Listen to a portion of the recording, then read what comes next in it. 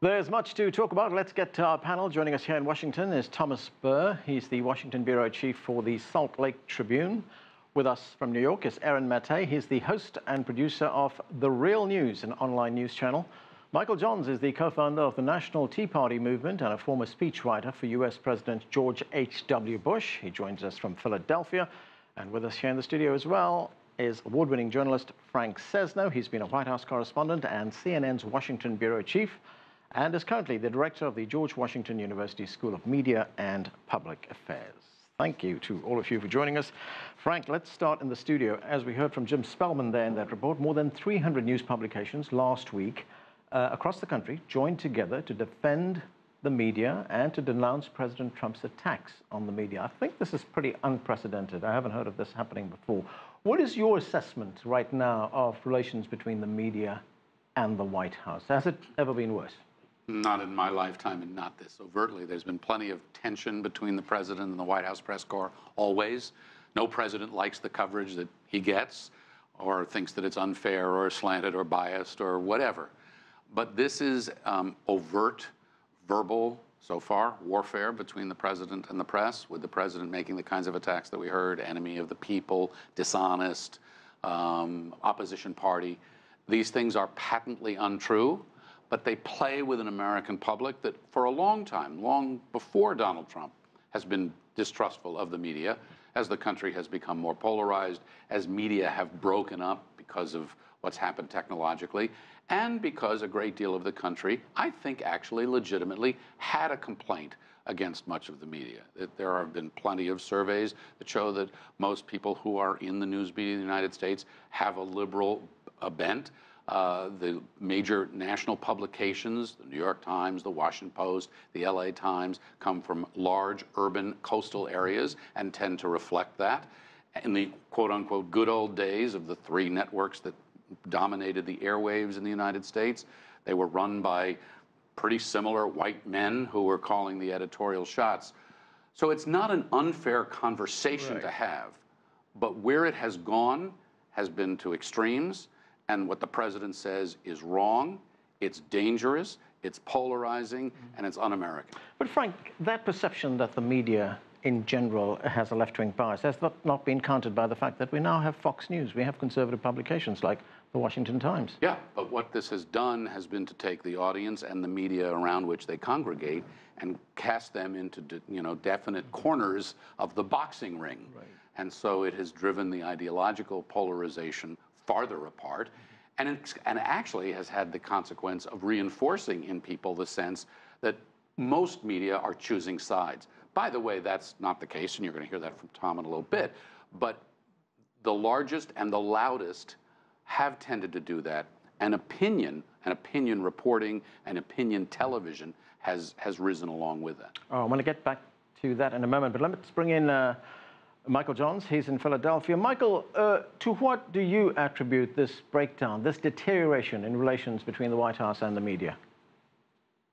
This is not a new phenomenon of a left-of-center bias in the American media. It's certainly existed as long as I've been active, 3 decades. But what is different is that I think it's gone from being a liberal bias that has been periodically noticeable and somewhat irritating, it's undermined the credibility of mainstream media, to being outrageously evident to the point where media's credibility, mainstream media's credibility in this country is deteriorating, and where I think, as was correctly said, you're starting to see even a new demand for new media outlets. More media, in my judgment, is in the interest of a representative democracy, but the most important thing in a representative democracy is that we have access to accurate, objective, unbiased news. The reporting against this president, according to independent organizations, has been 90% negative, even on issues where the president's making great strides and great accomplishments, such as the economy, 71% negative. The progress that's been made in negotiations with North Korea, 68% negative. Clearly, they position themselves, I think, as the president's correctly said, as an adversarial ally of liberal Democrats, and that's unfortunate. And it certainly has driven the American people to other media outlets and created a great degree of skepticism as to the credibility of news that's projected from the mainstream media. Thomas, you are a bureau chief here for the Salt Lake Tribune. You cover the White House. Do reporters who are covering the White House, I mean, the inference there from Michael Johns is that they go out of their way to report negatively on this president? Absolutely not. That hasn't changed. Our approach to covering the news hasn't changed. What's changed is the attacks on what we do. And he wants to talk about, the negative press. Well, recently, would we have the former campaign manager for the president who was found guilty of 8 counts? His former lawyer pleaded guilty to 8 counts. I don't know how you spin that as a positive thing for the president. That's just reporting the news. That's not negative or positive. It's just what it is. That's the situation we find ourselves in. What's changed in many ways is where people find their news, I think, in so many ways. We silo ourselves into I'm just going to read Mother Jones and watch Rachel Maddow, or I'm just going to read the Drudge Report and read the Washington Times, or publications that I agree with because I don't want to look at the other side. Yeah. And that puts us in a bad situation because people just believe what they want to believe. It's become an echo chamber, hasn't it? Absolutely. Just to reinforce one's own belief. Aaron Mattei, you're an anchor of an online news show, The Real News. What is your view of how the mainstream media is covering this presidency? How are they covering the White House? And when I say mainstream media, I'm talking about, big organizations like CNN, MSNBC, the New York Times, Washington Post. I think Trump presents a problem because he's capitalized on what I think is a legitimate grievance. People don't trust the media, I think for accurate reasons. I mean, during the Iraq War, it was the corporate outlets that sold us that war, one of many examples. So he's capitalized on that mistrust, but for his own ends, for his own cynical, selfish ends. And then that, in turn, enables this dynamic where you have the same corporate outlets posturing as these defenders of freedom and of the truth, when I don't think actually they're committed to that. I think they're committed to also avoiding pretty marginal issues. They're not covering the war on Yemen, where the U.S. is complicit in basically a genocide. They're not covering issues here at home. For example, today, Paul Manafort's trial and Michael Cohen's legal woes, that's going to overshadow the news that the administration has just admitted that their new coal power rules are going to lead to over 1,000 premature deaths a year because of pollution. So this grandstanding by Trump then enables, I think, grandstanding by the corporate media, and I think that the people in the end lose out. Go ahead. If I could, just to defend the news media here. Look, of course, the Manafort and the Cohen, conviction and plea deal, they're going to dominate the news. But I'm sure if you look today, you're going to find plenty of coverage about the emissions, the coal power situation. It's out there. It's not hidden, and the media is covering it. It may not be the big headline because we have major headlines going on here too. It's just so much to cover right now in the world going on that I think we're doing our job. It's just you might have to look for it a little more. I think something that I would say too here is we have to be really careful and very precise when we talk about this, and yet it's very difficult to do that because we talk about the media. The word media is a plural word, all right? And we have literally thousands of media. So who are we talking about here? Yeah.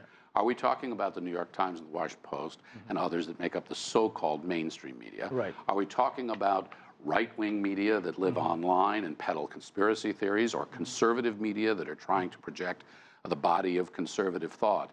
Right. I would agree, though, with what we heard just a moment ago, that, and I think most people would, that in much of the media, there is so much attention on the politics and the personality and the outrage of the moment that the issues, many of them, whether it's Yemen or climate change or healthcare in America or bilateral relations with China that don't have to do with tariffs, pick your topic, do not get the attention that they should. And I actually just today had a conversation with a Democratic member of Congress who said, actually, he said, I think we're hurt by all the focus on the president's outrages because we don't get to focus on the issues that we want to talk about either. So there's this very strange kind of situation. It's kind of like a riptide of news right now that's occupying everybody's Aaron, attention. did you want to say something? Only that on the point about having to search for news. I mean, sure. I mean, the news is out there, and of course, coverage of world affairs can be very good, whether it's on Yemen or on the coal issue that I mentioned. But it's a question of tone. And these cable networks are feeding a large audience.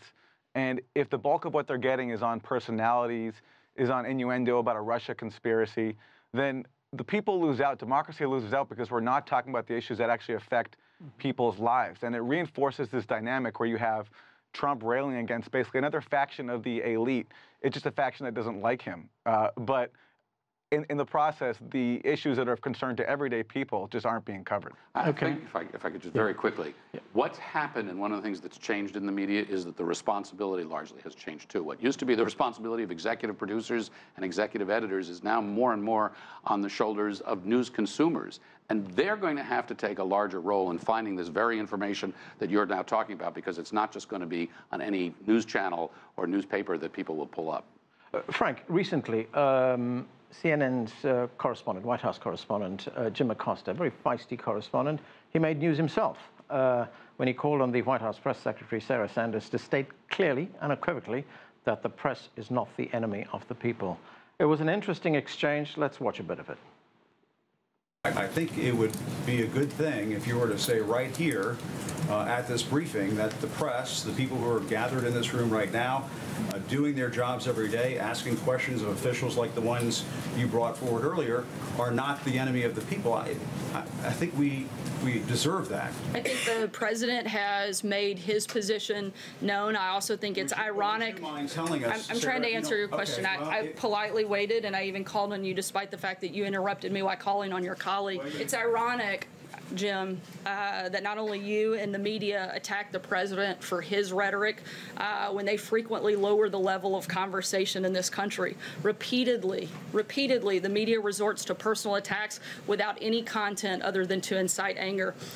The media has attacked me personally on a number of occasions, including your own network, said I should be harassed as a life sentence, that I should be choked. Did that exchange help, or did it, as the Atlantic's Todd Purdom said, himself a former White House correspondent, he said that plays directly into Trump's received narrative about a hostile, combative, and even unfair press? There's something to that. I mean, I think that it's always a very delicate balance for journalists at the White House or any other place that's very prominent as to how much they become part of the story and how much they assert themselves and make statements as opposed to ask questions and try to do that. I need to say, by the way, that much of what Sarah Sanders said there is not true. When she says the media attacked me, there may be guests on a show who say things like that. That's very different than the media, CNN saying, go attack, or the New York Times. No one's saying, go attack Sarah Sanders. No responsible media company is saying that. Yeah, Michael Jones, what did you make of that exchange at the White House? I think it's been a latent tension that's come out into the open, and you're seeing both the media and, in this case, the press secretary of the President of the United States be a little more forthcoming in acknowledging tensions that have already existed. It's not in the best interest of the country. I think there's some truth on both sides in the sense that clearly media bias is very irritating to an administration that's trying to communicate directly with the American people about issues that the country is confronting. And I think the media also has a justifiable point in the sense that they are a critical component of democracy. Their questions deserve to be answered. It is their right to ask those questions. It is their right to have the presence that they have in the West Wing of the White House. And, you know, we need to be respectful of that. And that respect, of course, is earned. I mean, and just to take you back on what we're going through right now, I mean, if you think about this Michael Cohen plea and you think about the issue of Manafort's indictment, the concern isn't that we're asking that those two individuals be projected as upward citizens, the best people in the world. The issue is that for going on 2 years, the media have been projecting a narrative of collusion between the Trump campaign and Russia that simply has not existed. It's consumed by independent organizations' assessments, almost 20% of the president's coverage of the president. It is nowhere to be found on the list of concerns of the American people, and there is simply zero evidence into almost 2 years of day-to-day coverage of this that there's any substance to it. And I think that's when the American people look at this, and to quote Reagan, they simply say, "There they go again." Can I just say that's what investigations are for? You know, Yeah, okay. I'll get you, Aaron. Richard Nixon denied Watergate. Ronald Reagan denied Iran-Contra. Bill Clinton denied Monica Lewinsky. You have to have a foundation to an investigation. That's what the investigation There is is. no foundation to this. No, you don't create investigations and cover investigations in the hope that something's going to be uncovered. I have a year no and a hope. half into this, you have an obligation as a media representative to explain why this is consuming over 1/5 of the coverage, why it's wall-to-wall coverage of a crisis and a scandal. All right, it simply does not exist. All right, Michael, let me go to Aaron. Aaron comes back on media to put up or shut up on. Yeah, okay, Aaron, go ahead. And there's no beef there. Can I say, someone on the left, I imagine that me and my right-wing friend would not agree on very many things, but I actually agree with him entirely on what he says there about Trump and Russia. The basis for this whole thing is that there was a conspiracy between Trump and the Kremlin. And when you look at the actual evidence adduced for it, as I have pretty tirelessly over these over more than a year, it's baseless. It's overblown. And I think it does actually reflect a certain inability of the media to handle Trump's victory. They hyped him up. They covered his empty podiums. They dismissed him. Everyone thought Hillary Clinton was going to win, including me. And I think that part of this collective breakdown in his aftermath has fueled this sort of conspiracy culture where the media is looking for anything that will take him down. It's not just the media that's egged this on. It's also Democrats looking to justify their massive failure in losing to Trump. But all this has contributed, and I agree, to a pretty ridiculous spectacle where we're covering P-tapes and other just silly issues at the expense of real issues. Thomas, is that what's happening here? Is the media giving too much attention to what is a non-story? How much attention should this be given? 16 federal agencies said that Russia interfered with the election with the goal of helping Trump and hurting Clinton. That's not true. That's not true. Go back and look at That's another lie. It was actually 2 or 3. And most of the individuals behind that have been fired or resigned. Okay. We now have 2 congressional investigations. Okay, we want to talk special about counsel. Sure, go ahead. So, I mean, the coverage, in your view, is justified. Absolutely. It doesn't mean that there aren't reporters out there covering the environment and all these other things, but you can't ignore the allegation that the President of the United States or his team may have colluded with a foreign country to interfere in the election. You can't ignore that. We would be remiss. Based on what evidence? The intelligence community, but you also have to do your job. It's a slanderous allegation, a libelous one. Okay, I don't want to turn this into a discussion about Russia. Frank, I just want to get back to coverage of the news. And I'm just Let me say quickly, if we were doing our job, we wouldn't be blindly believing the claims of anonymous intelligence officials. Okay. That to me would be a real free press. If we don't just automatically believe what intelligence officials, a few of them say. All right, Frank, let me ask you this. Has the nature of the way the news is covered changed here? And I'm talking here about big cable news networks. You were bureau chief at CNN. There was a time at CNN where news was king. It was news 24/7. Now, if you look at, and I'm just talking about CNN, I'm talking about MSNBC, CNN, you look at some of the newspapers as well, there's a great deal of commentary. You get these panels, every hour there's a panel. There used to be a time when the panel used to be there in the evening in a very confined space, and that commentary was allowed, that was it. The rest of it was just hard news. That's changed. We called it Crossfire. It was called Crossfire. That's right. But let me just say that this panel is really informative and perfect and excellent. I want to compliment you on that. But no, there is a very serious problem that has evolved in American media. It's not exclusive to American media now. It's largely driven by technology. It's also driven by ratings and corporate profits and other things where people are looking for eyeballs and attention.